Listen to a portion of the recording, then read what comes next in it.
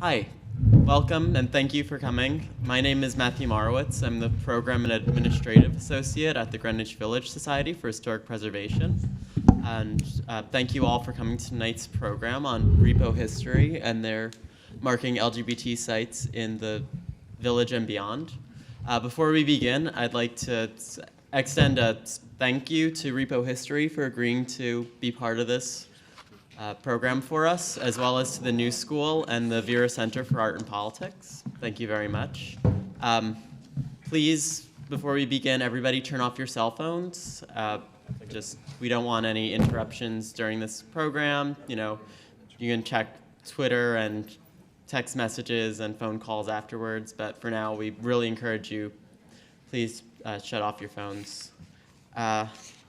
So I'm just going to read a quick note about the Greenwich Village Society for Historic Preservation. The Greenwich Village Society for Historic Preservation is a membership-based organization founded in 1980 to document, celebrate, and preserve the special architectural and cultural heritage of Greenwich Village, the East Village, and NoHo.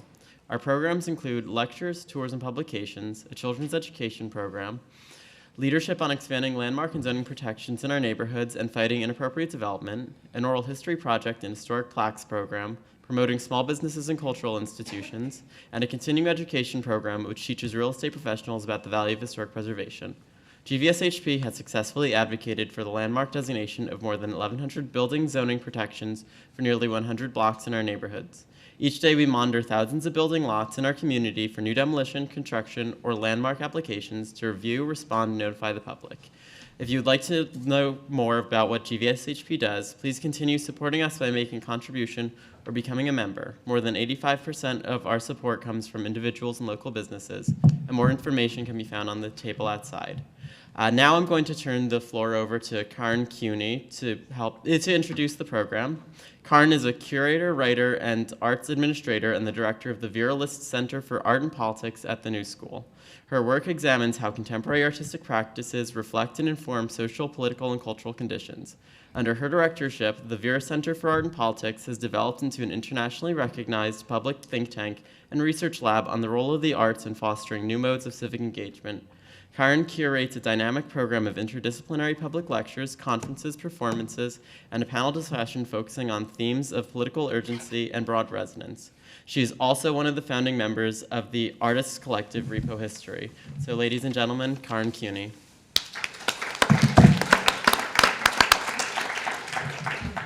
Thank you very much, Matthew. That was a very glamorous introduction. And I think it reflects maybe the fact that we're beginning here with a historical event, the founding of Repo History in 1989. And so perhaps it's legitimate to move into a more formal way of discussing and introducing the speakers for tonight's event. I want to thank you all very much for coming. As Matthew mentioned, I'm now working here at the New School, running the Center for Art and Politics, and it's a real desire and deep wish of the New School to welcome the Greenwich Village Society for Historic Preservation to the New School and Repo History and all of you. So on behalf of the New School, I'm greeting you here. I think it's important to note that on June 12th, the Gay Pride Month was transformed from a joyous celebratory occasion to one of devastating loss. And I'm speaking, of course, of the event that happened in Orlando. With tonight's talk, we want to pay tribute to the victims in Florida and a worldwide community of mourners by illuminating the courageous history of gay activism in our own city and its history and the connection to artists collectives such as Repo History. I'm very grateful that 6 founding members of Repo History are joining us today, and I will introduce them in a moment, but I first wanted to tell you a little bit about Repo History itself, which actually emerged after conversations around exhibitions that Martha Rosler curated at DIA. There was one particular show called If You Lived Here that was presented in 1989, and after a Q&A at DIA, we then began to talk further and decided that, or recognized that it was very, very important to continue these conversations around political investment in histories. and the question of how history is written and by whom, and how one could possibly repossess history and develop alternative histories and insert these alternative histories into mainstream historical narratives as they were promoted and written in textbooks, the history of New York City, public markers and monuments, etc. I was a member of that group as well, and the goal was, I think we had eventually a mission statement. The goal was to retrieve, relocate, and document absent historical narratives at specific sites in New York City through public installations, performances, and educational activities. With these interventions, we questioned how history is constructed, and we inserted the history and the stories of peoples and events that had been omitted, also in a desire to question mainstream cultural practices and challenge them continuously. And I think that's what our conversation today is also going to address.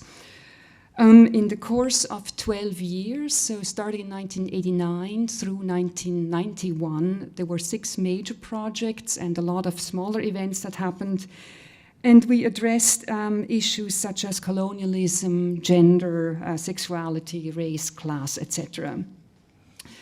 Our speakers tonight were particularly invested and will speak tonight about an event called Queer Spaces, which was a public art project marking important LGBTQ historical sites in the village. And from there, from a discussion of this particular project, they will then examine how the legacy and the history of that project has informed their artistic practices since. The goal, again, is to honor these histories and explore ways that they can catalyze activism and engagement in current political concerns and this current political moment. So now brief introductions to all the speakers, and I was encouraged to keep these introductions really short, but I think it behooves us to maybe just reflect briefly on how we began and where we've come from. So please allow me to take a bit more time than maybe the speakers wanted to. And maybe I'll start with David Sansone, who is on the very right, a photographer and creative director living in New York City. David holds an MFA in computer art from the School of Visual Arts. He's a lead artist, or was a lead artist in REPOhistory Circulation Project, and the website that was constructed with the help or with the support and under the guidance of Jim Costanzo. David is currently a consulting UX creative director at Hudson Rouge. And then to his left is Jim Costanzo, an interdisciplinary artist who lives in Brooklyn and teaches at Pratt Institute. He, too, was a founding member of REPOhistory, and in 2008, he launched the Aaron Burr Society. The society is dedicated to exposing the myths of free market and free trade while challenging the integrity of Wall Street and their corporate cronies. Jim's artworks have been shown internationally at numerous museums and institutions, among them the Berlin Biennale, the Whitney Biennial, the Museum of Modern Art, and various venues associated with the Venice Biennale. Jim has lived in the village for many years. To his left is Todd Ayoung, also a founding member of REPOhistory, and it was actually Todd who brought the invitation from the Storefront for Art and Architecture to REPOhistory that then eventually led to the public project Queer Spaces in 1994. Todd is a visual artist who has exhibited in the US, Latin America, and Europe. He is also an artist in residence and the curator at the Social and Environmental Justice Public Charter High School New Roots in Ithaca. He teaches at Pratt and at Parsons and is a member of the art and political group Alien Abduction Collective. Earlier this year, Todd co-organized the exhibition Project for a Revolution in New York at the Tompkins County Public Library in Ithaca. And he is also on the Public Art Commission in Ithaca, where he resides. He's originally from Trinidad and Tobago. And then we have Betti-Sue Hertz, who is currently an independent curator who works at the intersection of critical visual culture and socially relevant issues. She recently launched a lecture series at Stanford University that is based on her class entitled Art and Social Criticism.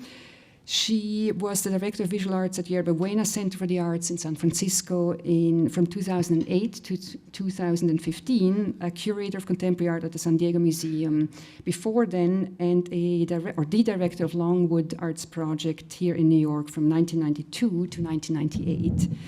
Recent major exhibitions include a special curatorial project with Virkrit Tirvanija, The Way Things Go, Public Intimacy, Art and Other Ordinary Acts in South Africa, and Dissident Futures. She has been a visiting faculty at the San Francisco Art Institute since 2011 and was a founding member of REPOhistory and has lived in the East Village at the time. And last, I'm going to introduce our moderator for tonight, Tom Klem, an artist and historian and an active supporter of the Greenwich Village Society for Historic Preservation, visual aids, and also of the Bowery Alliance of Neighbors. Tom was a founding member of REPOhistory and co-directed REPOhistory's circulation project on the history of circulation of blood. For the Greenwich Village Society of Historic Preservation, he and the magician Richard Kahn presented last year an event entitled Now You See Them, Now You Don't, Places of Magic in the Village and on the Bowery at the Jefferson Market Library here around the corner. Tom has written profiles for Place Matters on the New York Magic Table and for Making Time on the Bowery for City Lore. He currently serves as the archivist and historian of the Provident Loan Society, which was founded in 1894 to help the poor. Tom and his wife Toby have lived in the East Village for many years.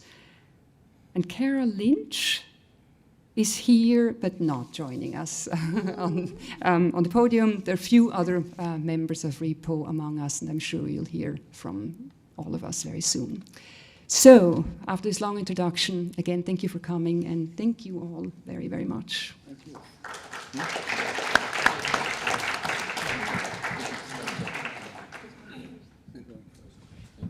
So Betti-Sue Hertz will start off the first presentation. There will be 3.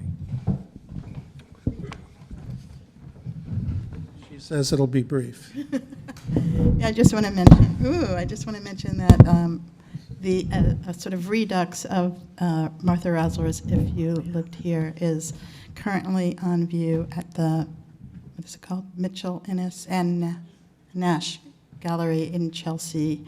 And they are also hosting a series of conversations about gentrification. I attended one last night, and it was quite interesting. And if you missed it in 1989, 1990, you have an opportunity to see an updated version now. And I think that that's quite telling that many of the issues that we were dealing with 25 years ago, 10 years ago and 15 years ago are still issues that we are thinking about now, and that when we think that maybe certain kinds of things have transpired, that we can move on, we're reminded by what happened at Pulse that in fact we are still dealing with the same kind of oppressions and problems that we've been working on for many, many years. So I'm going to just open my PowerPoint. So what I'm interested in doing is I've been based in San Francisco since late 2008, and I've did a project there with an artist named Nayland Bake, who is based here in New York and is from New York, but for 12 years he lived in San Francisco, and I invited him to do an exhibition in 2012. So what I'm interested in doing is comparing different modalities for representing histories based on site, that are based in buildings, and maybe contrasting 2 different ways that has been done. One, which is our project called Queer Spaces, which were 9 signs that were distributed in Manhattan at sites that were of particular historical import. I'm going to let one of my colleagues present all 9 or talk about all of them. But what I want to focus on is the importance that it's quite important to think that out of the 9 that we created, 2 of them were about bars. And for the LGBT community, the bar has been such an important place. And it actually is a site where we can really create a social history of the gay community. And certainly the Village here in New York is a central site for certain kinds of gay history that have taken place in and around bars, and that bars have also been so important as places to organize, to create community, and to develop strategies. But I'm starting with Bonnie and Clyde's because I remember going there in the early 80s on various dates, and it was, of all the bars that were available to young lesbians at the time, it was the one that I felt most comfortable in. It here says, Bonnie and Clyde's, a lesbian bar, stood at 82 West 3rd Street from the early 70s through the mid-80s. Bars were one of the few places where people could be open about their sexuality. But bars were not only about meeting and mating. In the early 70s, Bonnie and Clyde's was a hangout for politically active lesbians, as well as a place where women socialized across racial and class lines. Often women would gather here after meetings at the Gay Activist Alliance Firehouse to continue discussions, arguments, or strategy sessions begun earlier in the day. So I was recently reading that if you were to design a meeting and you were trying to be as productive as possible, there's 2 methodologies. One is that you go into the meeting and you have an agenda and you say, okay, we have this agenda and we're going to start from the top and we're going to just efficiently go through all of these points. What are we going to do? Why are we going to do it? How are we going to achieve this? Where's the productivity? And then there's the second version, which is hanging out, talking to people about how they're feeling, how their family life is going, what's going on, did they just have to move out of their apartment? And then you kind of get around to talking about the issues, the things that are really important in terms of your sort of activist agenda. And guess which style of meeting is considered more productive? Anyone have a guess? The second one, right? So where is the best place? Where is a really great place that's going to like lubricate, right? That second one. A bar, exactly. So I think that we have a lot to learn from the kind of engagements that we can see at bars. So here's our project. This is the second of our sign projects, the Lower Manhattan sign project being the first. And again, I'll let one of my colleagues tell you about that. And you can see that we simply put a sign in front of the location, or as close as we could get. And I think everyone in this room knows the significance of the pink triangle. And this is the sign at the site of Bonnie and Clyde's, which at the time was the Boston Comedy Club. And what can a temporary marker achieve? Were we really able to achieve anything by putting this temporary marker up for, how long was it up, guys? I don't know, a few months? We never took them down. we never took them down. We had a permit for 6 months. 6 months. And we left them up for 2 years. Okay. So if you came across this you were just walking down the street and you came across this sign and you maybe would read this. First of all, you would see the sign and you would say, oh, that's an LGBT or that's a gay image. what does it say? And then you would read what it said. And then you would try to put together in your mind, there'd be a mental process for putting together in your mind this sign with this information. And then you don't see Bonnie and Clyde's, right? You see Boston Comedy Club. So you have to make that other kind of adjustment. And then once you see something like this, is it a call for action? Not really. It's a marker, right? It's a notation. But what's important, and I think what was so important about Repo History, is that it's in conversation with all those other markers, the official ones in bronze that are, embedded into, the pedestals of statues of people from the past, right? So this was in dialogue, but it also integrated into the street in I think, quite a different way. Here's a picture of Bonnie and Clyde.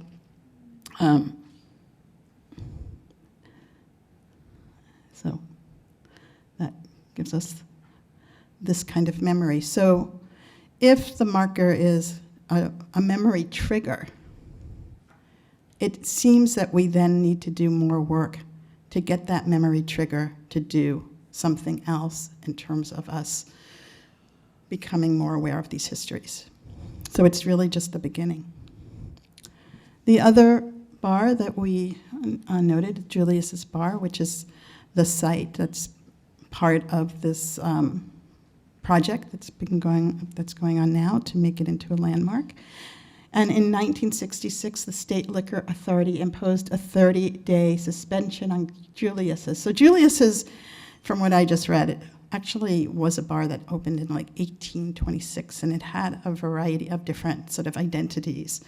By the 1950s, including someone here who actually knows more than I do about it, it's, journalists were hanging out there, and in the 1950s is when it kind of started becoming more of a gay bar. In 1966, the State Liquor Authority imposed a 30-day suspension on Julius's, the landmark bar located at 159 West 10th Street, after an undercover policeman had reported that the bar permitted gay men to, quote, consort themselves in an offensive and indecent manner contrary to good morals, unquote. The following year, a state appeals court overturned the suspension, ruling that, quote, substantial evidence, unquote, of indecent behavior, not just same-sex kissing or touching, was necessary to close a bar. This ruling helped stem the legal harassment of gay and lesbian establishments. So not only were we marking where these places were, we were actually making some kind of statement about their value, which is not often done in the more traditional kind of markers. And this was another kind of intervention, and also a way that we would be in conversation with other kinds of activist processes. So what is it that we're doing when we create the marker? Is that we also have then created something else, which is this conversation, for example. It becomes a sort of object for discussing these histories and bringing forward other kinds of images.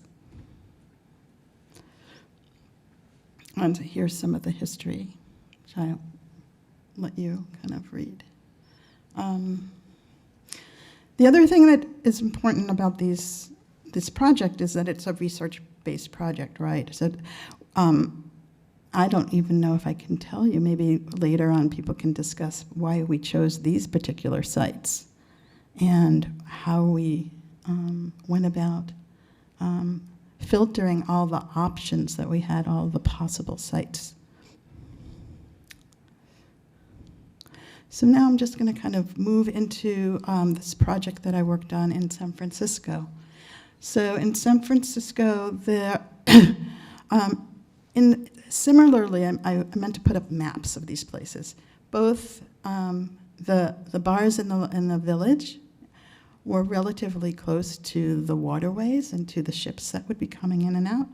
But very specifically, the part of San Francisco, which is called south of Market Street, was historically a place where boats would come, and there were sailors that would come, and there was a lot of sort of transient movement of single men that would come. And these bars were originally there to serve the sort of merchants class. And then eventually, some of them turned into bars. Now, for those of you who know San Francisco, what is the neighborhood that you associate with gay culture? The Castro. Well, it turns out that the Castro was for vanilla sex. But if you really wanted leather, and bondage and, all these other kinds of practices, that was not happening in the Castro in the 60s. It was happening south of Market on Folsom Street. And even now, every year, there's a Folsom Street Market, which is a Leatherman extravaganza. So the Toolbox was one of the well-known bars. It was at the corner of Folsom Street and 4th Street, just one block away from where I used to work, called Yerba Buena Center for the Arts. So it was made famous by a feature story in Life magazine from 1964, which exposed this underworld of the black leather scene, or the leather scene. And there are some people who believe that it is that Life now Life magazine, who remembers Life magazine? Right? That was kind of like the magazine that like middle-class people got, and read and learned about different cultures and subcultures. There's a famous Life magazine feature on Jackson Pollock, for example, and it was kind of bringing these other worlds to like what was then kind of many suburban neighborhoods, right, communities. And some believe that it's the Life magazine article itself that then triggered gay men and lesbians to go to San Francisco. They said, hey, this is cool. And I think I can feel like part of something and safe in a place that allows and has has this kind of bar. So there are some people who believe that that is the reason that people kept coming from all over the country to move to San Francisco, and it became, and the Castro was more well known. But south of Market Street is quite different. It's now been totally redeveloped, but in the 70s it was kind of where new immigrants, there was a Filipino, like SROs, Filipino immigrants, drug dealers, and sort of dying businesses were, right? But in 1952, there was a decision for an urban development plan. Now, that plan didn't kick in for a very long time. But I think that it's important to think about how urban planning impacts queer sites, social sites, because it's often the case that queer social sites historically were in areas that were undeveloped or where deviance was not going to be sort of shut down. Like deviant behaviors were not going to be shut down. So it's often the case that those, if you look nationally, that those social sites, including bars, were in neighborhoods that were going to be redeveloped, especially in the 60s when that was happening all over the country. So here are some sort of really basic facts about SOMA. And this article wasn't exactly like embracing. It was just like, oh my God, can you believe that these guys are doing this? As I noted a few days ago, some of the young fellers who hang out at, in the toolbox at 4th and Harrison wear an S or an M on their shirt pockets. And then the writer continues something, or someone, continues like S, for sadist and M for masochist. Oh, I always thought that S was for single and M was for married.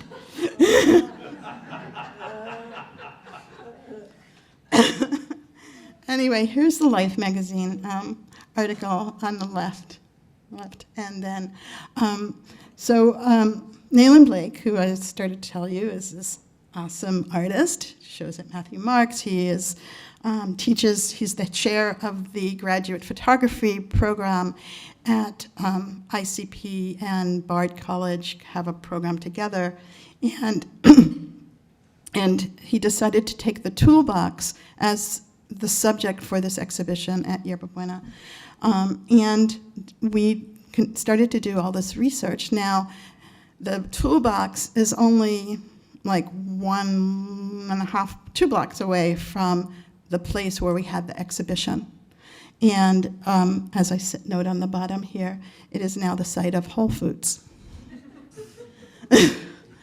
So, Yerba Buena Center for the Arts, where I previously worked, was part of a huge urban development plan that includes YBCA, but also a garden and a food court and a Target and other things.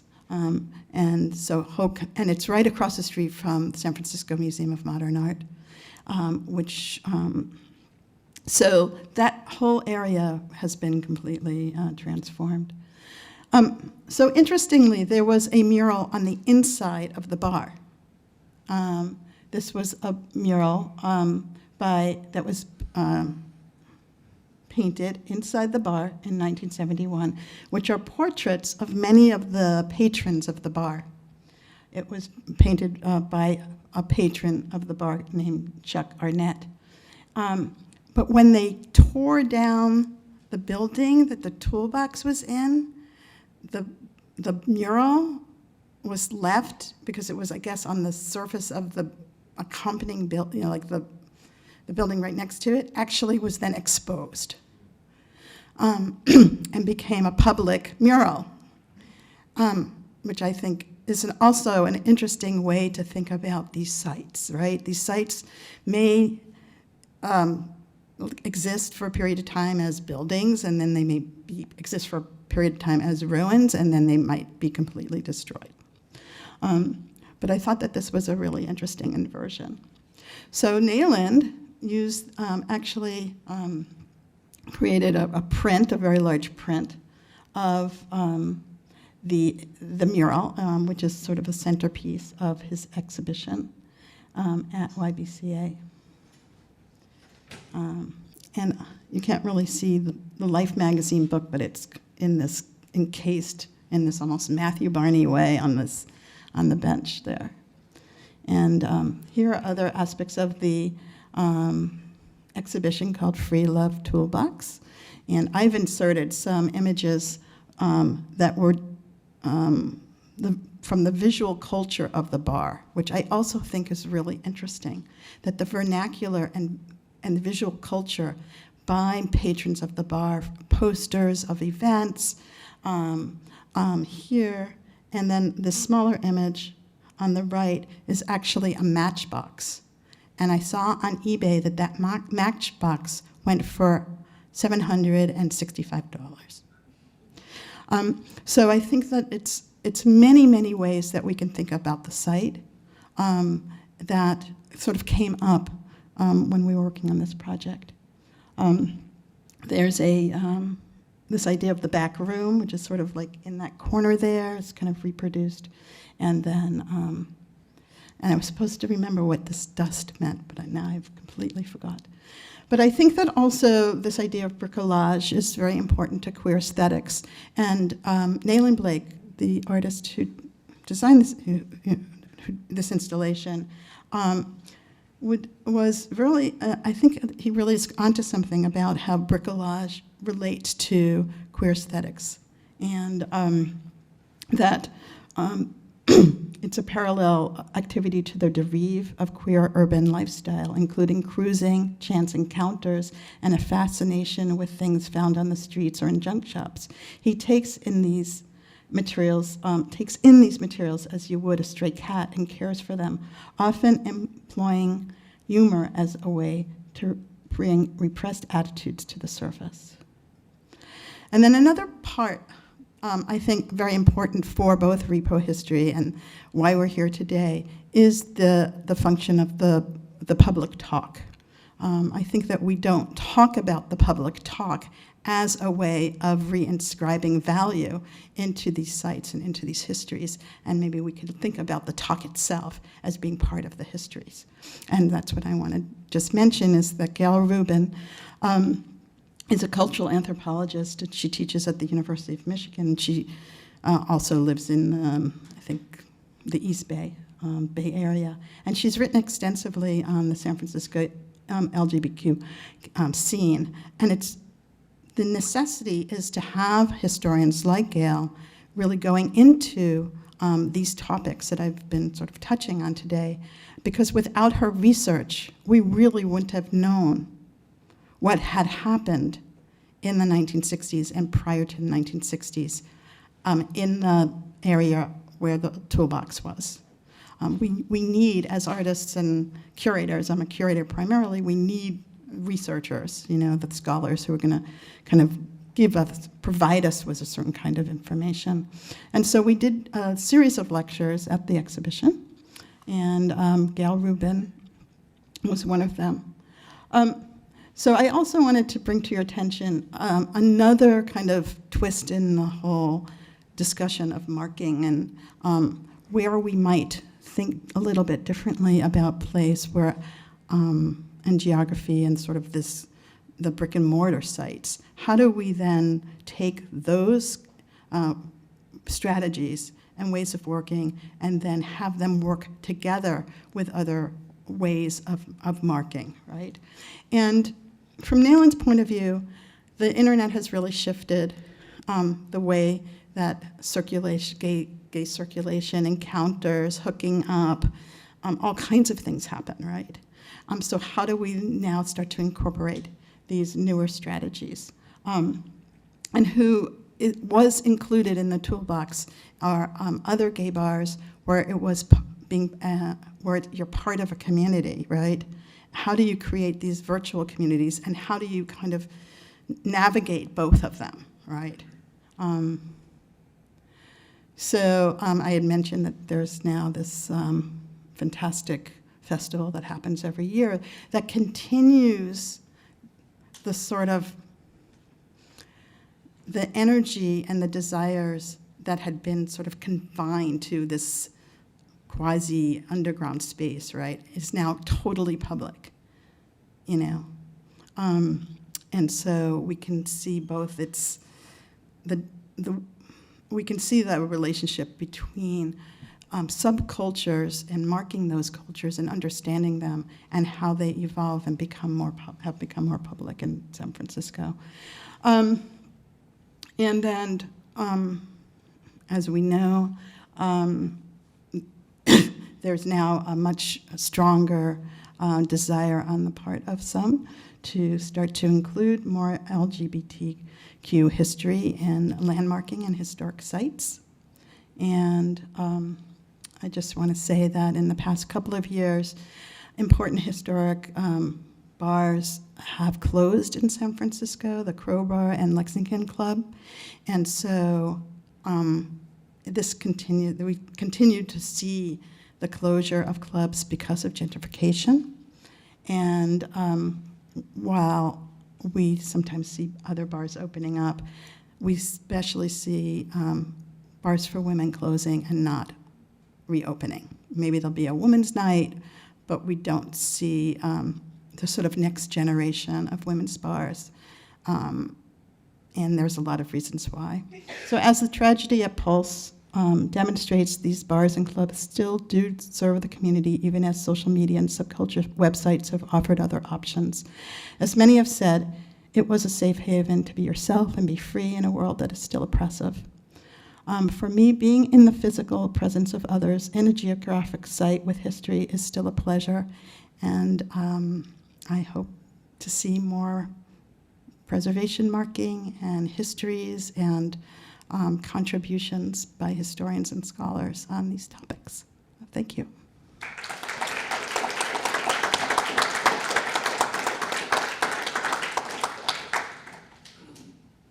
Who's next? The next person up is Jim Costanzo, who also is the Aaron Burr Society. And I want to take this moment to also mention that Tess Timoney is here in the audience, and Greg Chalette from the original group. So now the next up is Jim. Do you have a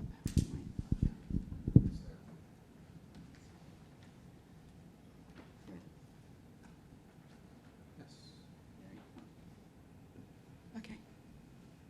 Your text here. Where did that appear from? Yes. Okay. Thank you. It's an honor and a privilege to be here on this auspicious week, and also a sad, incredibly sad week. This is from 1990. It was handed out during the ACT UP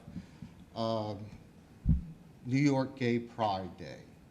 Okay, and how many people remember Queer Nation? 1, 2, all right, good, good. Really an important group. It was part of ACT UP, of course. And I just want to quickly go through the first paragraph. I'm going to skip over some of it. Well, I'm not going to read the whole thing. We're pretty far into the program already. But it talks about if you're gay, you're a revolutionary. Just the fact that you're still alive in 1990 was amazing. And how that you know, there's nothing on this planet that validates, protects, or encourages your existence. This again was written in 1990. In 1992, the Clinton administration came in and replaced Reagan, and Bush won. And there was a shift. And a lot's been written about Clinton, and there's a lot of stuff going on now. But there was research for AIDS. There was an acknowledgement, first of all, that AIDS was an issue, which did not exist during Reagan and the Bushes.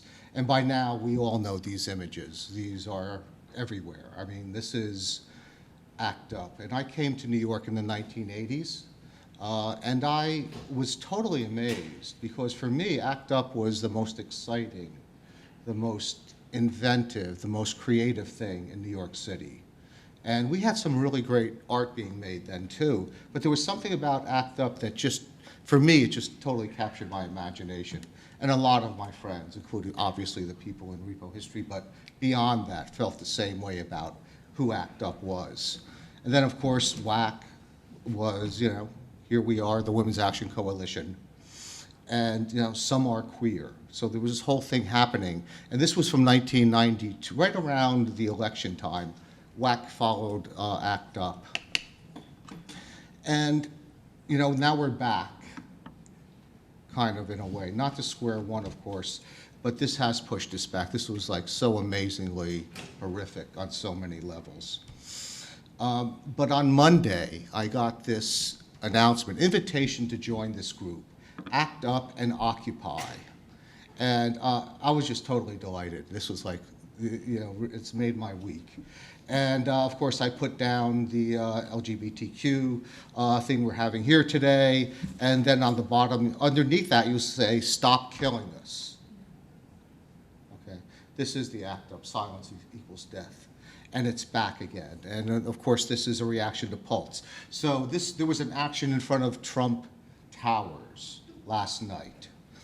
And I got there, and I thought, oh, great, Occupy. I mean, I was very much involved in Occupy.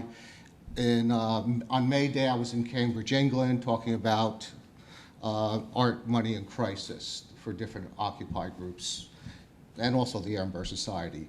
And of course, but when I got there, there were people from the Muslim community, not officially Black Lives Matter, but African Americans speaking about issues. And there's White Supremacy Kill sign, which speaks directly to Black Lives Matter. There were people of the Latino, Mexican communities were all there. And this is just natural. This is what happens because LGBTQ issues are universal. They're ubiquitous in all cultures. And everyone was there. They did outreach to more than Occupy. And it was, I don't know if any of you remember the ACT UP rallies and the actions. They were just amazing. And you know, I'm very much still tied to Occupy in different ways, or what's left of it. But there was always something different about ACT UP. ACT UP had a unique way of doing it. And last night, in front of Trump Tower, it was there again, in full display. And these signs are just, you know, a bit of it. Go to live stream. I'm not the only one doing live streaming, but then you get the energy, the humor, the anger. It's all mixed together in a way that's, I think, is very unique, and it still inspires me today. This was posted on the ACT UP New York site about last night. This is from 1987. This is a die-in, one of their first action. The New York Times does not even mention ACT UP. They talked about homosexual activists, or however they frame it. But this, you know, this is ACT UP and Occupy. It's going to be interesting to see how this plays out.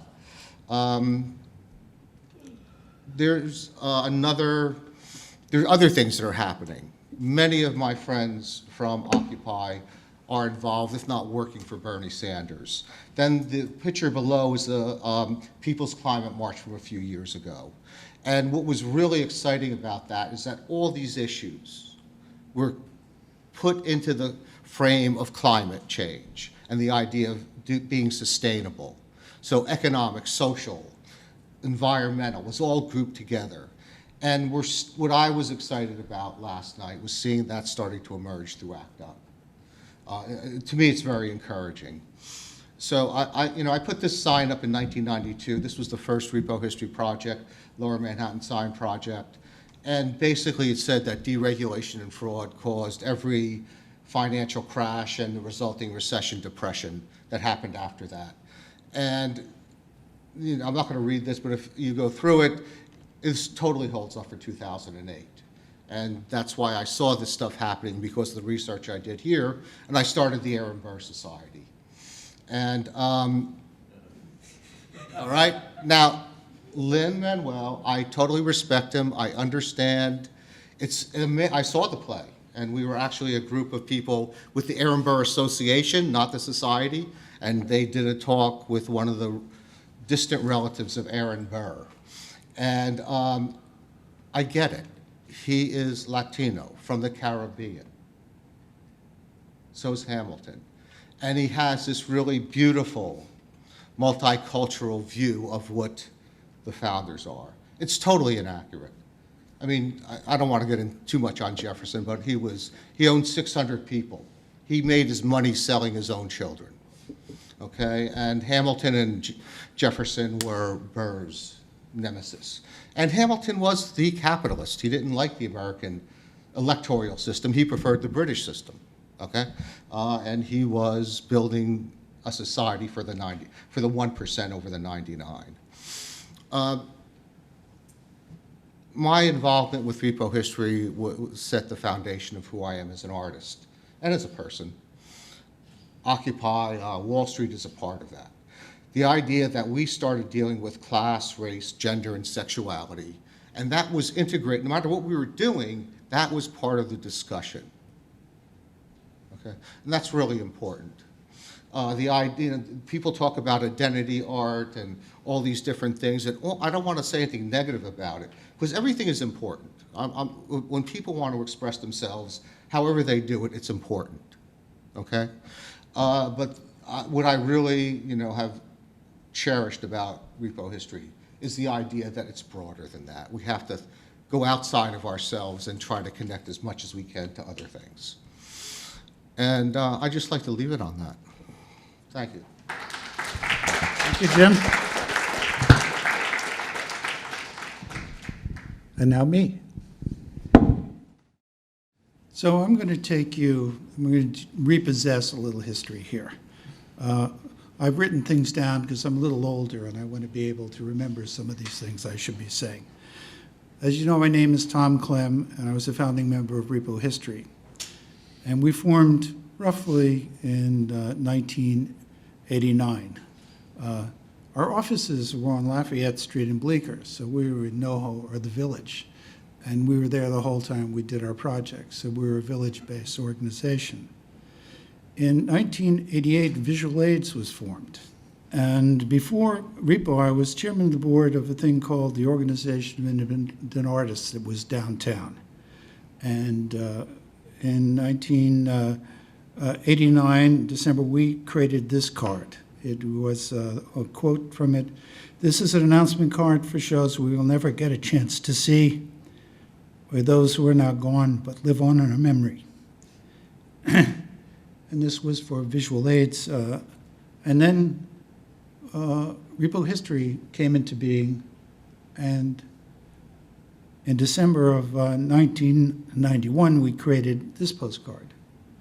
And 14 of our members we placed on this card, and we mailed this out. And it says, "And we remember our colleagues and close friends whose personal history live on in our memories." So one card is from 1989, and one is from 1991. That's 2 years apart. AMFAR tells us that 67,000 people died of AIDS in those 2 years. Sorry. So when we started doing the Lower Manhattan Sign Project, we wanted to, in 1992, mark Day Without Art. So we covered the signs. And in the case of these signs, we did this all over Lower Manhattan. And this one sign we're covering is about Madame Ristel, who was an abortionist. And this was done by Lisa Nauer and Janet Cohn. And also there was another one on Anthony Comstock. So there was, these signs had a little bit of political edge to them. And we were in the Times about 4 times during this project, and this is one of the second piece. And this is an article. One woman complained about this sign because there was an illustration of a hymen on it. And this is a sign by Hilary Cross and Betty Beaumont about the origins of Maiden Lane. It was called "What Is in a Name?" And it was about the history of Maiden Lane, about feminism. It was about women's issues done by 2 women. So last year, the Lower Manhattan Cultural Council put up this exhibition out on Governor's Island. And the sign went up, and we're now 20 years later, 22 years later, and there was no controversy. This Saturday, Michael Richards will be having a show out at Governor's Island. He was a member of REPOhistory, part of our Choice Histories project. And this Saturday, out on Governor's Island, there will be a show of his work. There are flyers out in the front on that you can pick up. These are some pictures from Choice Histories, and many of the people in this that are here from REPO worked on this project, as well as Michael Richards, and some of the was on medicine, some was on sexuality. And I wanted to talk a little bit tonight about how do you do these kinds of projects. This is me being checked by the police for a permit from the DOT to put up our sign. The first project, we had permission from the city. We had permission to put up the sign that Jim showed. His sign was about Wall Street. It hung right in front of the stock exchange. As I hung the sign, they came out and said, you can't put that up there. I said, I have a permit. So the head of the stock exchange called the DOT and said, I want that sign down. And the DOT said, too bad, we're the DOT, they have a permit. So we were able to hang signs. This is from another project. This is David Thorne and Jenny Pollock's sign about police brutality. This was hung by Nicholas Hayward's house, where his son was killed by the police. So before REPOhistory, I was part of, as I told you, the Organization of Independent Artists. And they did shows downtown on a shoestring. So for 8 years, I curated small shows, and we begged and borrowed any place we could do them, in courthouses, on squares. So I knew Frank Audio of the DOT. I knew Jenny Dixon when she was at the Public Art Fund. So when we went to Jenny Dixon at the Lower Manhattan Cultural Council, I knew her. you could approach such a group to do something. So I talked to Frank Audio, and I said to him, we want to do this, what do we need? So Frank said, what you should do is, the first project was all in Community Board 1, so we had to get Community Board 1 approval. He said, get a letter from the Borough Council President. So I said, okay. So I called the office. I said, do you have a liaison to gay affairs? And there was this guy, his name was Luis Perez, and he said, what exactly do you want to have in this letter? He said, fax it to me. That's how long ago this was. And I sent it to him, and almost word for word, this letter came from Ruth Messenger's office that I included with this letter to the DOT. So we sent this, and then we waited 2 weeks, and nothing happened. And another week later, I called Frank and said, what's going on? And nothing was happening. So I talked to Ed Eisenberg, and we cooked up this scheme with Tom Duane's office and Deborah Glick's office and got them to agree to this. And they said that they were going to do a press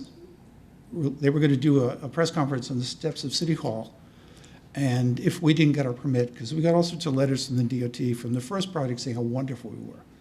So Ed and I created one press release, and we sent it to the DOT. 2 weeks later, came the permit. And this is what an arts permit looks like from the DOT. There's only 4 kinds of property in the city. There's DOT property, city property, there's Parks Department property, there's federal property, and there's private property. So if you get a permit from the DOT, you can install on, say, a traffic island or on a light pole, like we did. Now, what if you don't get permission? Now, you could do stencils on the street like Ed Eisenberg did here. This is part of Groundworks in the 80s. And Ed was a member of Gay Youth in 1970 and the Gay Activist Alliance. And that's from the file at Visual AIDS on Ed. After Ed passed away of AIDS, I was the archivist of REPOhistory, so I took files over there and we created a file on Ed. And if you go to their website, you can see images of Ed's work and read about Ed. And you would think this is a temporary project, so nobody would notice this. Well, that was the Village Voice. This is Newsday, and talking about Ed, talking about Greg, and talking about other people. And this, you might even wind up in a book. You can't hear me? In the very back. Okay. So this is a book by Nicholas Lampert, and in this is a chapter on Groundworks. And you'll see in the bottom it mentions Ed. And here's a couple of stencils, one by Stephanie Bash and one by Greg Gillette. And then in the end of the book, I had met Ed after that, and I was working with Artists for Nuclear Disarmament. And we did an Artists Nuclear Free Harbor show, and I met Ed. So after the project, after Ed passed away, we decided we wanted to do something about it. Sorry.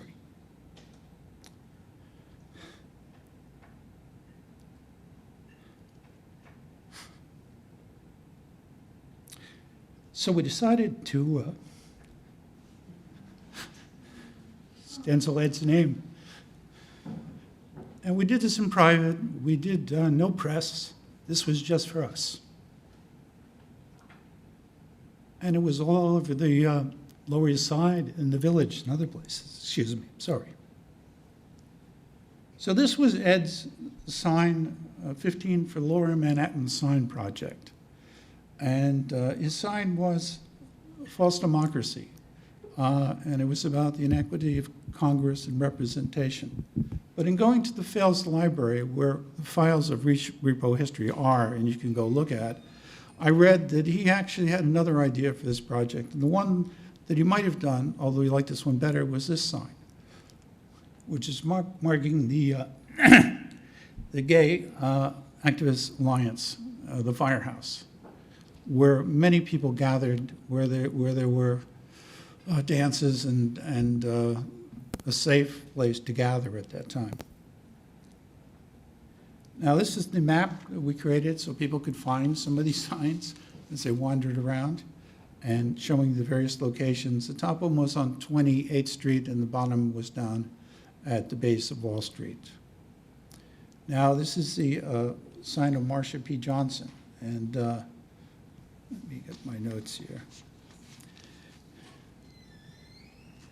In the 1970s, I worked on Jane Street, and I would see Marsha P. Johnson holding court on Sheridan Square.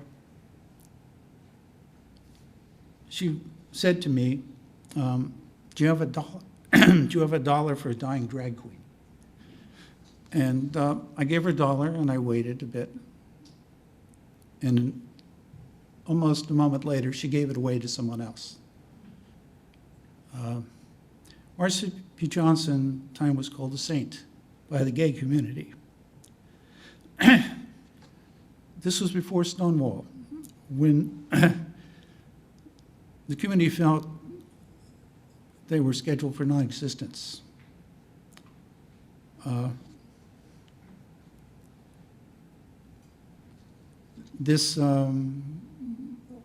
Martha P. Johnson died, they had a service in church and then a procession down to the end of Christopher Street. And they made kind of a makeshift coffin, but Marsha had been cremated. And they took lots of flowers. And they got to the base of Christopher Street, and they put it all in the river. So we didn't really know where Marsha P. Johnson exactly died. So in the sighting that I found in the archive, we chose the base of Christopher Street, because that's where this had happened. Marsha was a Stonewall agitator, one of the first, and a legendary gay and lesbian activist. She performed for Jim Carmela's Heart Peaches Review, to great reviews in the 90s and 80s. With Sylvia Rivera, Marsha created STAR, Street Transvestite Action Revolutionaries, that created a shelter in the Lower East Side for transgendered youth that were homeless, thrown out of their homes.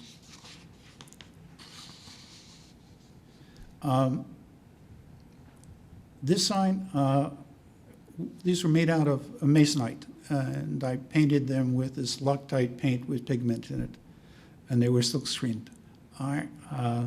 Unfortunately, we didn't have very much money. The first project, we spent everything, and this we were running on empty. So the signs faded. So I went to this location to replace the sign because it was almost unreadable. And as I got there were 2 drag queens, and they thought I was going to take the sign down. So I explained that I was replacing it, and I replaced it with a fresh sign.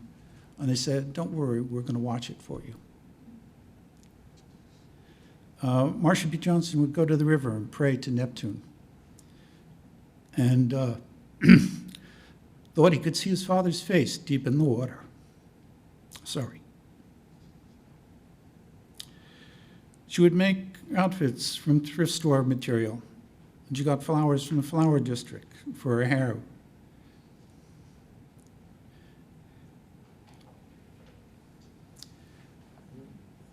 And they let her sleep under the tables because some of the merchants who were Indian thought she was a saint. In the 1990s, she hustled at the Dixie Hotel, a very dangerous place. She was arrested several times. And she was arrested once. The judge asked Marsha, what does the P stood for in Marsha P. Johnson? Marsha said loudly, pay it no mind. Well, the judge laughed and said, well, I'll pay it no mind, and released her. The Pay It No Mind is, if you go to YouTube, is a tremendous documentary on Marsha P. Johnson. And if you look it up, it has interviews with Marsha. It's a wonderful documentary. So, some more shots of Marsha. And this is a postcard I made for Visual Aids 2 years ago. And you'll see in this the elements that I talked about, Hot Peaches, Neptune, the star. It's made in a very makeshift way because Marcia made her own things, and it's made in that. The postcard in the background is the Dixie Hotel, and it's made in the motif of a Victorian mourning card. These postcards from the Edge is a fundraiser for visual aids, and we make the postcards, they're sold. This is how they raise money. And now, this is something else. I have a couple of examples of things that have happened that have been inspired by REPOhistory. Now, this is Judy Thomas, who husband was the person that printed the rag paper signs, and she retained. When we did that, we got paid them very little money, so I allowed them to keep an artist proof. And she's trying to get these into a museum or into a collector's hands, but she showed them. And this is at the Barge Watch in Newburgh, so in 20 years after we installed them, the signs live again, and the messages are read again. And this is part of that. This is a project earlier this year, and Steiner, and this is in Cincinnati, Ohio. She did 75 signs talking about architecture and the history of Cincinnati called Look Here. And in her literature was inspired by the Queer Spaces Project. Another person that was inspired by Queer Spaces Project was Jay Schell, who did these signs that were based on rap lyrics. And the rap lyrics here actually are of Thompson Street in the Village in Bleecker.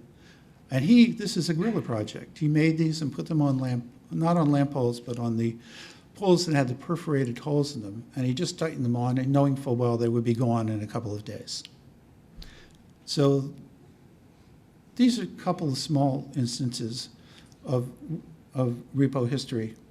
We existed from 1998 to 2000. And I think we did tremendous things together. Unfortunately, we're all too wonderful to stay together. And we all went on to do wonderful other things. But the work still inspires, and people are still doing other work. I have put up some of the signs were mentioned already. I put up the additional signs that were not in the slides before. We marked the first gay rights demonstration in New York. It was on Whitehall Street, and this sign. The first ACT UP demonstration was actually on Wall Street. The passage of the Gay and Lesbian Civil Rights Bill that we hung right at City Hall on a light pole. And the daughter of Betti-Sue, a lesbian political organization that met long before Stonewall. And the baths, the Everett baths, the Turkish bathhouse, gay bathhouse. And this was up on 28th Street. And as I installed it, Mark O'Brien and I think George Spencer went into this falafel place, figuring they might really hate this sign and it would be down tomorrow. And I said to them, well, we've hung this sign. And they said, we really miss the bathhouse. We used to make a lot of money when they were here. And that's the end of my presentation. Thank you.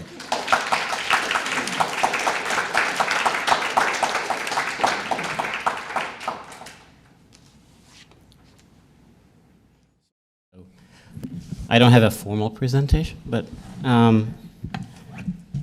I wanted to, since nobody seemed to reference this book, but I think this came out in, so the show was in 1994 at the Storefront for Art and Architecture. And this book, which theorized the Queers in Space, came out in 1997. And so REPOhistory, Betti-Sue, Lisa Nauer, and Ed wrote an essay, which actually it's quite enlightening to read it.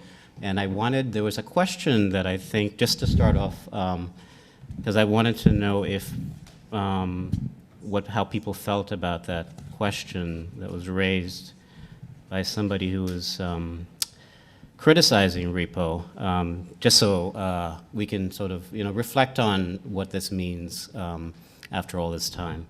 Can I See these signs again. just say Yeah. one thing? Yeah. There's a takeaway sheet in the front that has this book and several other books on repo history. So if you want to buy this book, because you're going to want to buy this book, all that information is in the front. Right.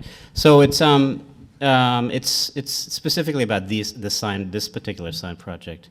Our approach would later be criticized by one person for being too codified in content and writing style, and too predictable in the sites that were selected.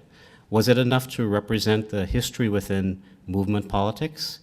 Only a piece of the history? Arguably, it was precisely because of this traditional left identification that these sites were most valued by the group, whose most active members trace their ideological lineage to movement politics. Then there's a footnote. So maybe Betti-Sue, since you were involved, I don't know if you remember Ed's answer to some of that criticism, but I thought it could be interesting for you to think about the sign project. Given that quote, there was a few reviews, unless I've mistaken. There were 3 reviews. One came out of the New York Times. One was QW magazine, doesn't exist anymore. I think Connie Butler wrote a review of the show.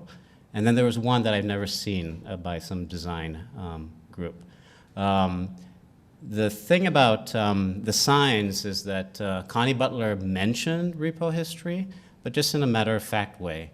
Didn't really say much of anything, didn't reflect on the way the signs looked or the fact that we chose these particular histories. Edward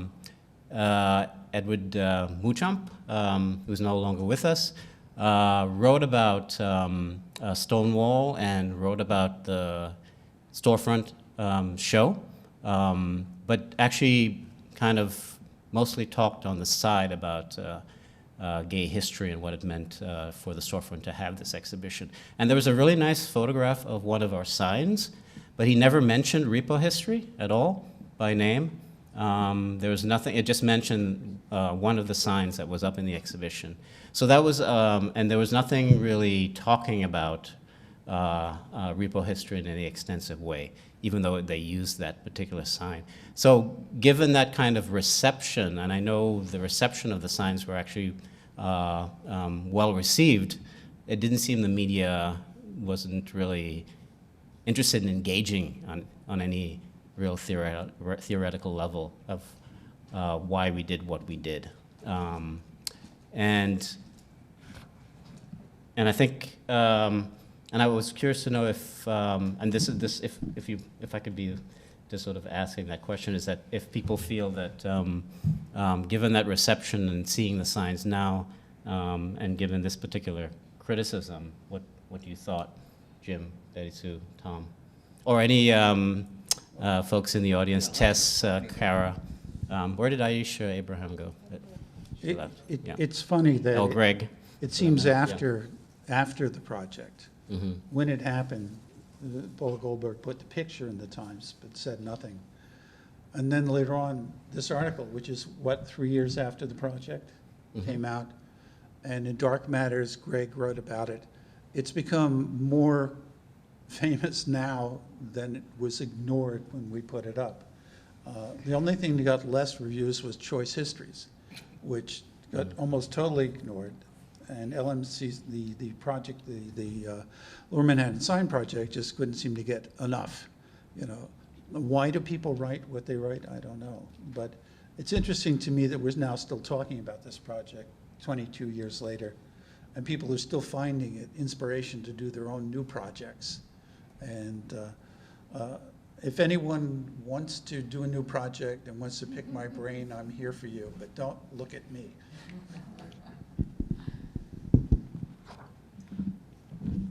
Any questions from the audience, or? Yeah. Just say something. I mean, the criticism, in my opinion, is unjust because at the time, no one was doing site-specific LGBTQ history. It had not been done. OLGAD at the time, the Organization of Gay and Lesbian Architects and Designers, had just come out with a map of place-based sites with brief snippets of information that was not done in any organized fashion. It was more anecdotal. What did we know in the Village, Midtown, and Harlem? So it was sort of catch as catch can of what was done. So I think it was very inspiring to know that this was marking the street. And again, in New York City, plaques, interpretation of sites is so fraught with controversy that it was the way you did it was brilliant, because you didn't have to go through any agency or organization that had a vet the text that would now, I mean, recently the Greenwich Village Society tried to put a plaque on the Stonewall through, or elected officials, and I should say Barbara Lee Diamonstein-Spielvogel tried to do it, and it never happened because of the controversy about whose history is being conveyed there through the text. So, I mean, I'll put a period on the end of that. I think they were trying to do a plaque, and what we approached it as, that we were making art. Right. And therefore, since we went to DOT and this was art, they didn't comment on the context, and it allowed us this little chink in the chain of city politics to allow us to do this. I sometimes think that if we had been doing the projects now, we'd be an art forum and we'd be all over the place. We were doing some of the things before that now people talk about regularly, but when we did the Lower Manhattan Sign Project, it was quite a revelation. And we did projects in Atlanta, and we did a big project called Circulation on the History of Blood that was terrific, and it was at Printed Matter and Exit Art, and it had a tremendous web component to it as well. And but about 2000, we all just kind of said, I think we're all going to go off and do other things, and it's good that we did, because now there's many more things being done. But I hope someone goes out and does something else like this, because it's still needed. And I happen to think that the city environment right now, with Gail Brewer and the mayor, you could go do this now. And the DOT is receptive now, not like the Giuliani administration, where during the process of our law project, he fired the DOT commissioner 9 times. We had 9 different people we went through.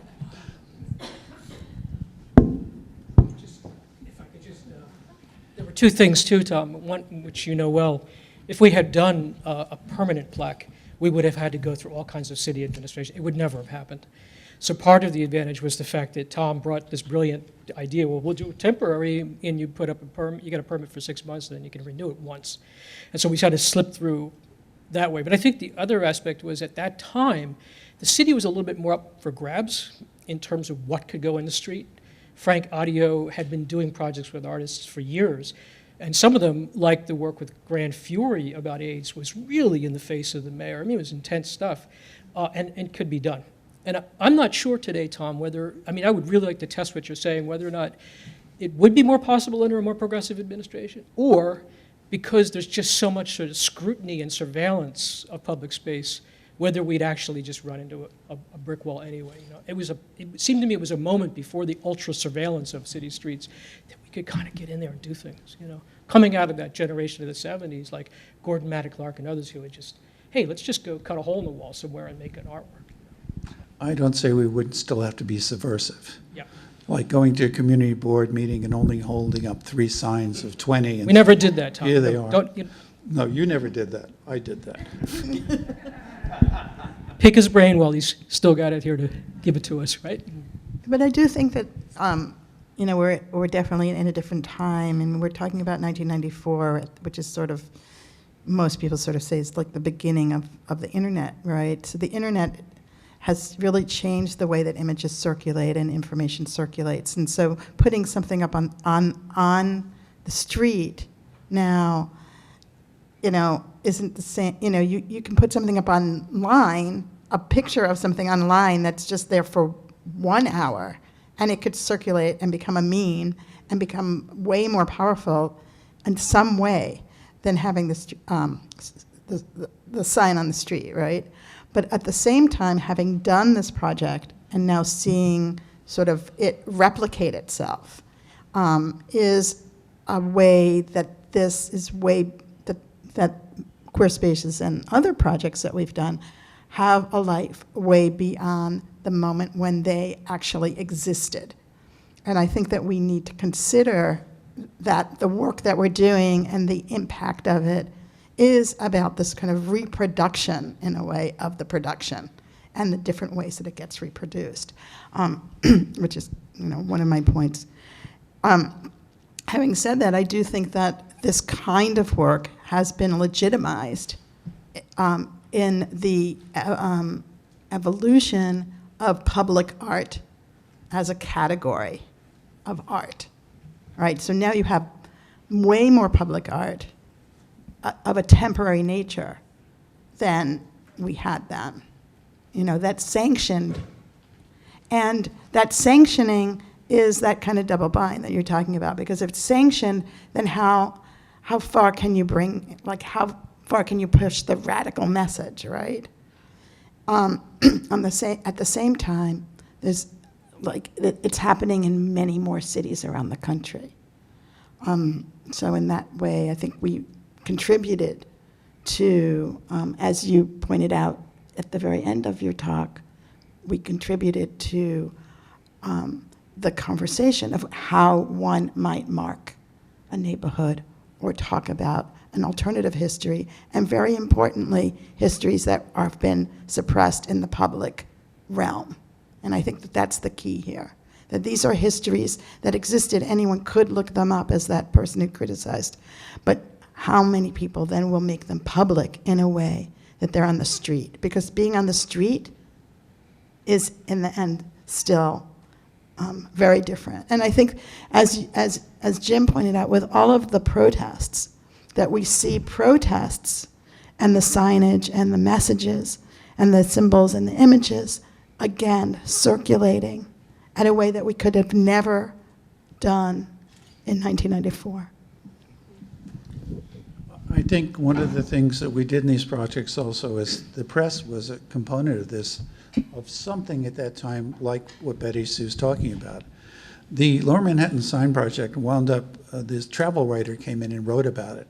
And he wrote about it in the Washington Times, and it got syndicated into an Altoona. All these conservative newspapers says, come to New York City and see this wonderful history sign project, and then they got us, So the press was a component that took it beyond the streets. But if we were to do this project today, how would we do it? I don't think we would do it anything like this. And is this project that we did 22 years ago still relevant today? What do you think? I wanted to ask about I'm sorry, your first name is Sue or Betty? Betti-Sue.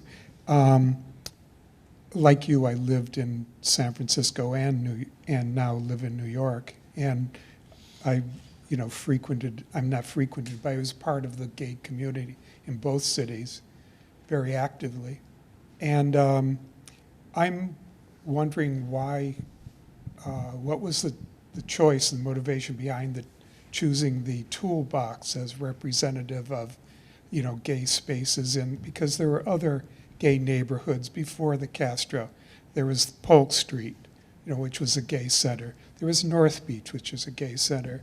There was the Tenderloin area, which was a gay center. And really last to open up as a gay center was the Folsom Street area. And, I know about the history of, the Sailors but as a commercial gay venue that was heavily became a gay mecca for the leather crowd. There were other neighborhoods before the Folsom opened up. In fact, Folsom was really one of the last to open up.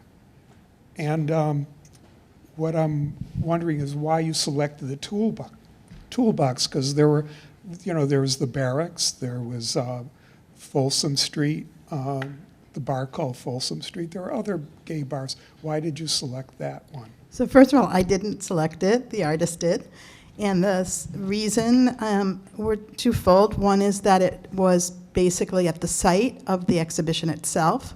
So I wanted to talk about the site specificity of doing an exhibition that is about the archaeology of the place where the exhibition takes place. So it's a conceptual reason.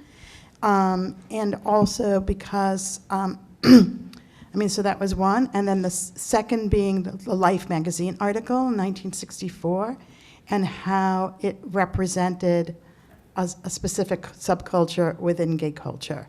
So it was an artist's installation, and I was the curator of it, so it wasn't my choices. But those are the reasons.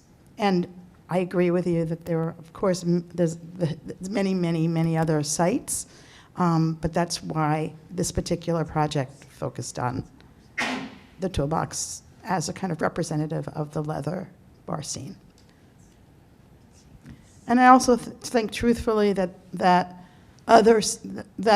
Castro Street has become kind of like the symbol of gay history. It's where the LGBT museum is now, and I think that these other histories have actually been, they haven't been mined and they haven't been made public as much as what was going on in the Castro. So any other of these other neighborhoods would be great to learn more about. So that's it. Hi. I had been wondering how the actual meetings of REPOhistory sort of took place. You had mentioned in the beginning, right? There's the two agendas, right? The two styles of meetings. And so I was wondering if you felt where on the spectrum REPOhistory happened, and if they ever took place in places that were sort of contemporary queer spaces that maybe in a Mark II, however the internet would take that off, would then focus on as a place that REPOhistory, which was such and such importance, did this year. Unfortunately, we met in the Musty building, and the Musty building is being demolished. All of the tenants will be rehoused somewhere down in Canal Street. The Musty Foundation is taking care of them. But we met in Carin's house. We met in other people in Betti-Sue's house, different places. But, you know, we're gypsies. You know, we met where we could. It's also interesting that Occupy Wall Street had that creative anarchist ideology built in, and they were very rigid about it. It was really, I couldn't say much, but it was like, okay, well, that's, yeah, everyone should be heard. And that's, yeah, it's interesting how that's really been codified in a not so interesting way, I guess.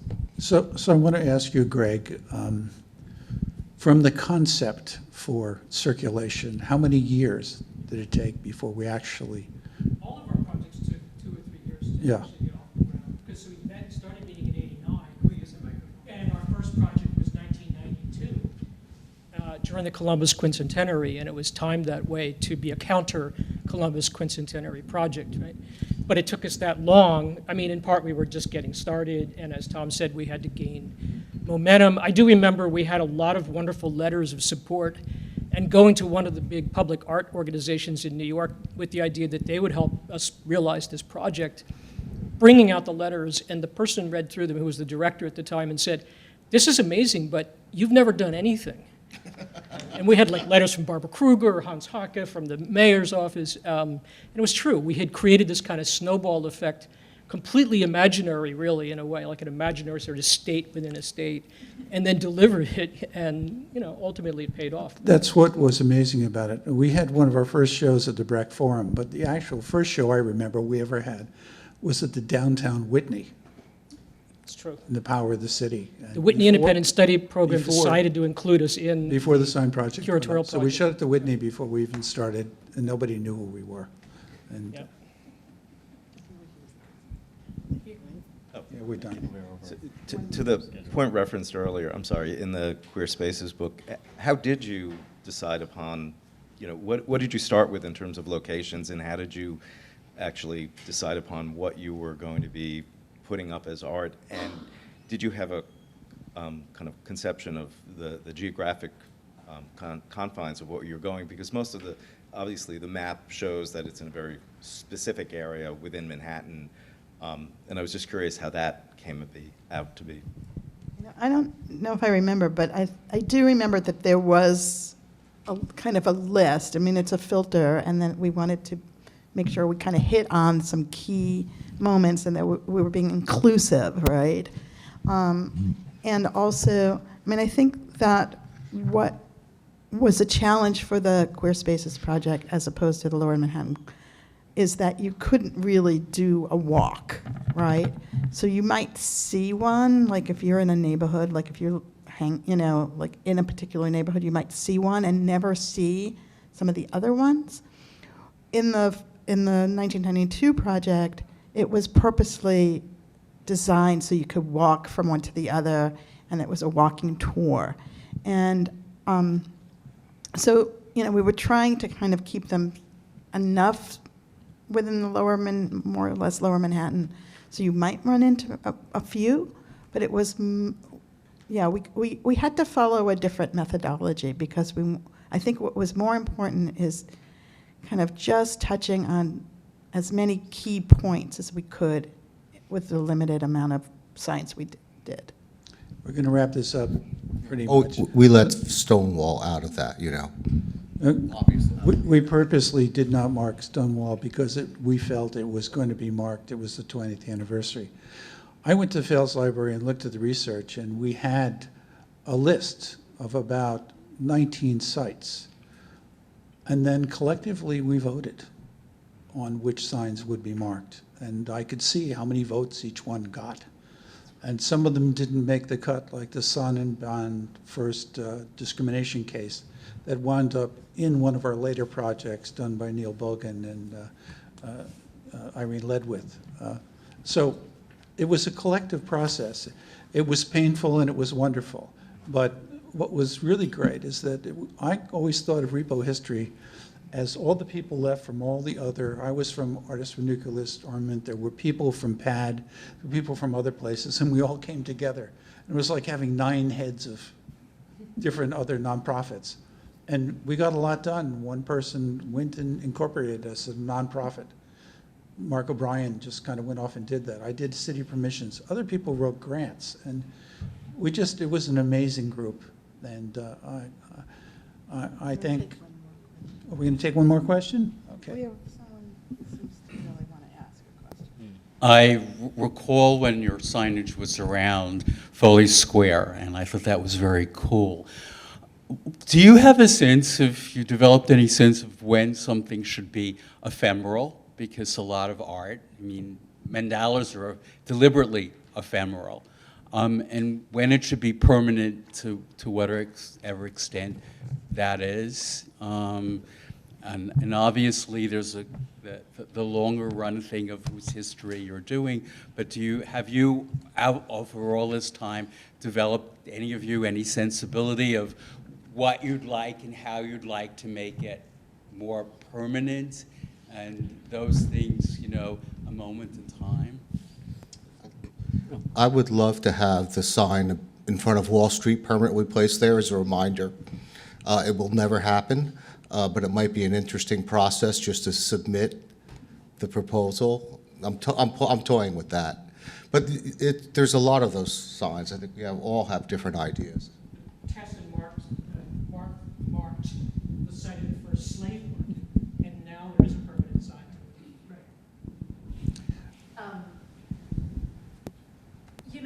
What I really love about the sign projects is, and I was not part of Queer Spaces, unfortunately, but I was very involved in the early days and in the Lower Manhattan Sign Project. And, there was this great dialogue with every marker that was already there.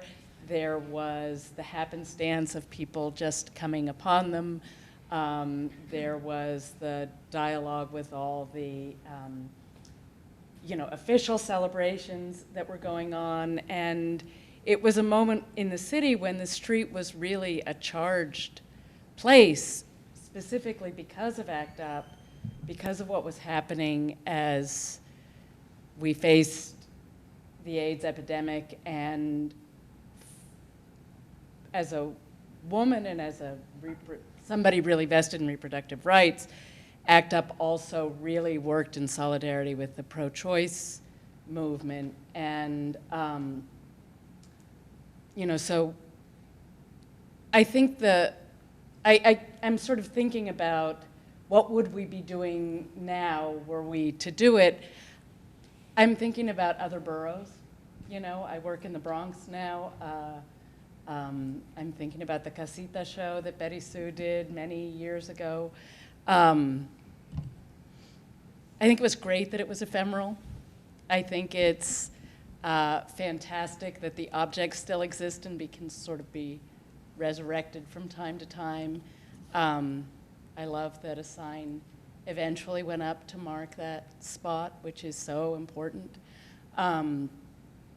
And I think if we were working now, we'd probably maybe choose a less mined geographic area than Lower Manhattan. I think part of what would be interesting if we were to work right now would be the forgotten places in the city. I want to say also that the reason we could do these is because the DOT permits were temporary, so the scrutiny was not as hard. And from the practicality is that the city was our canvas. So we did 4 or 5 projects in Manhattan. Some of the signs were in the same exact light poles, and if we had left the sign there, we wouldn't have been in front of City Hall again and again. And we did mark some things in the other, in the civil disturbances we did in the Bronx. We put a sign in front of Iris Baez's house in the Bronx, and some out in Queens. That project was the only one that reached into the outer boroughs. But I think Mr. Hayward's sign, it was still up a few years ago. Yeah, I didn't take those down either.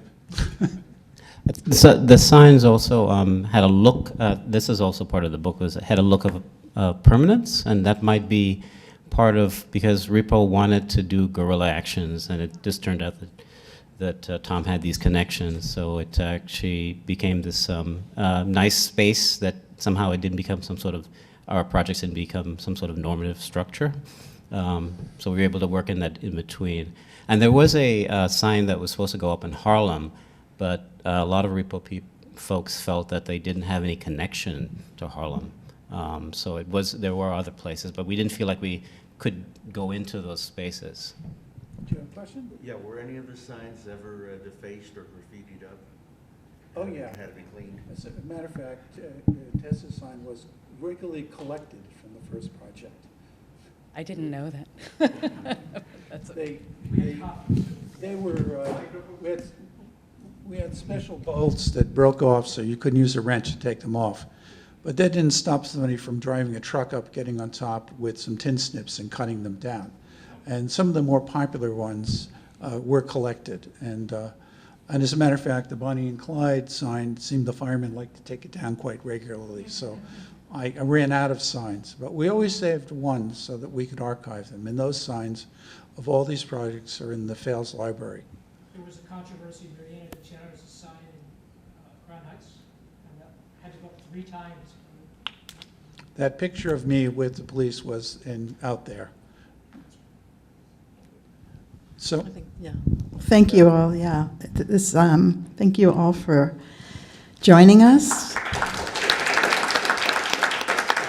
We hope we've inspired you to go out and do something amazing, and it's great to see all of you here. And thank you all for participating from wherever you were sitting.